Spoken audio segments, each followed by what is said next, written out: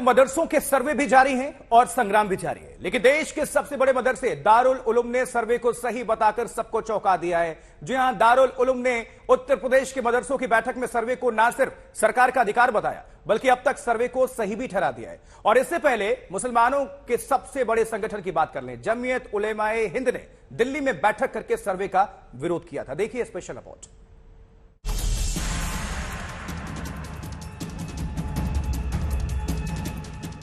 मदरसे पर छिड़ी है महाभारत, मदरसे की तालीम पर है संग्राम, मदरसे के सर्वे पर है सवाल। यूपी के मदरसे सर्वे पर घमासान थम नहीं रहा है। लखनऊ से लेकर दिल्ली तक संग्राम छिड़ा है। उलेमा, मौलाना, मुस्लिम धर्मगुरु से लेकर सियासतदान योगी सरकार के फैसले पर तमतमाए हुए हैं। पहले मुसलमानों की सबसे बड़े संगठन जमीयत उलेमाए हिंद ने बैठक कर विरोध का ऐलान किया। अब दारुल उलूम ने मदरसों के संचालकों को बुलाकर मंथन किया और फिर ये घोषणा कर चौंका दिया कि सर्वे कराना सरकार का अधिकार है। नहीं, कोई आपत्ति नहीं है।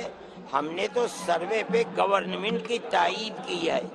अब तक सर्वे की जो तस्वीर आई है वो सही तस्वीर है, गलत तस्वीर नहीं है। इसलिए हम सर्वे के लिए लोगों से कह रहे हैं कि वो मुकम्मल गवर्नमेंट की मदद करें। हम ये देखेंगे कि बात क्या है। अगर वो मदरसा मदरसे की जमीन पर नहीं था, गवर्नमेंट की जमीन के ऊपर था, गवर्नमेंट को हक है। अगर पंचायत की जमीन के ऊपर था, गवर्नमेंट को हक है। अगर वो म्यूनिसिपैलिटी की जमीन के ऊपर था, म्यूनिसिपैलिटी को हक है। मतलब हर ऐसे मदरसा जिस पर अनियमितता होगी, कार्रवाई होगी, उसमें आप सपोर्ट करेंगे? नहीं, अगर वो कार्रवाई, अगर वो मदरसे की अपनी जमीन है और उस पर कार्रवाई होती है, हम उसकी मुखालिफत। अरशद मदनी का ये बयान जमीयत के महमूद मदनी से अलग है। मदनी ने दिल्ली की बैठक में सड़क पर उतरने से भले ही परहेज किया, लेकिन उन्होंने सर्वे पर सवाल भी किया, नियत पर सरकार को भी घेरा। आज के जमाने में मदरसों को गलत निगाह से देखा जा रहा है और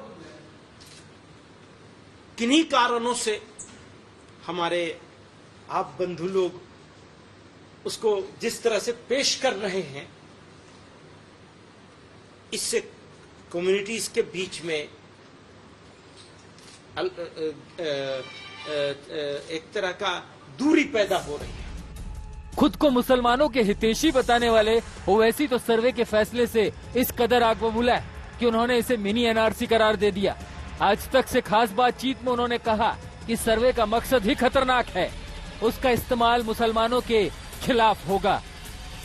ये डेटा जमा करेंगे, डेटा क्या करेंगे आप डेटा इस्तेमाल करेंगे उन मदरसों के खिलाफ। तो एनआरसी का मकसद भी है, एनआरसी जब होगा तो डेटा मिलने के बाद मुसलमानों को परेशान किया जाएगा, उसके बाद एंड में स्टेटलेस कर दिया जाएगा। यही तो मकसद है एनआरसी का। तो इसलिए मैंने कहा छोटा एनआरसी है, बल्कि मैं उत्तर प्रदेश सरकार से खुलकर कह रहा हूं कि आप बोल दीजिए कुरान मत पढ़ो, नमाज मत पढ़ो, चेहरे पे दाढ़ी मत रखो, हिजाब मत पहनो। यूपी सरकार ने मदरसों के सर्वे का फैसला राष्ट्रीय बाल संरक्षण आयोग की सिफारिश पर किया। आयोग ने उत्तर प्रदेश मदरसा शिक्षा परिषद से अपील की, जिसे योगी सरकार ने गंभीरता से लिया। सरकार का कहना है कि यूपी में ऐसे कई गैर मान्यता प्राप्त मदरसे हैं जिसका कोई रिकॉर्ड नहीं है। मसलन ये कैसे चल रहे हैं, किस हाल में, इसे कौन चला रहा है, यहाँ बच्चे कैसे पढ़ते हैं, शिक्षकों को कितना वेतन मिलता है। विपक्षी दलों ने एक भ्रम, एक कंफ्यूजन फैलाने की कोशिश की, लेकिन वो इसमें नाकाम रहे। और आज प्रदेश के हर कोने से तमाम हमारे जितने भी हमारे उलेमा हैं, तमाम हमारे वरिष्ठ जन हैं, हमारे धर्मगुरु हैं, सब ने कहा है कि ये सर्वे सही तरीके से हो रहा है। और इस सर्वे से जो रिपोर्ट निकल आए उससे हमारे जो मुस्लिम नौजवान हैं उनके तालीम के बेहतरी के लिए सरकार काम करे, इस मंशा के साथ आज सब कोई इस सर्वे का सपोर्ट कर रहा है, समर्थन कर रहा है। हम तो कहेंगे कि मदरसों की भी जांच हो, शिशु मंदिरों की भी जांच हो, क्योंकि शिशु मंदिर को भारतीय जनता पार्टी ने अपना एक कारखाना बनाने का काम किया। 3000 4000 पर नौकरी करते हैं, क्यों नहीं एडेड किया गया? मर गए बेचारे धोती पहन करके वहाँ। कभी एक पॉइंट खरीदने की हैसियत नहीं वहाँ के अध्यापक को। सभी शिशु मंदिर के स्कूलों को भी एडेड करके और वहाँ के अध्यापकों को भी सुविधा देनी चाहिए और विद्यार्थियों को भी जो सरकारी सुविधा मिलती है उत्तर प्रदेश बोर्ड की, उसको देना चाहिए। उत्तर प्रदेश मदरसा शिक्षक बोर्ड के मुताबिक राज्य में 16,500 मान्यता प्राप्त मदरसे हैं। इसमें से 558 ऐसे हैं जिन्हें सरकार की तरफ से हर तरह से मदद की जाती है। लेकिन यूपी में 40 से 50 हजार निजी मदरसे हैं जिनके बारे में सरकार जानकारी चाहती है।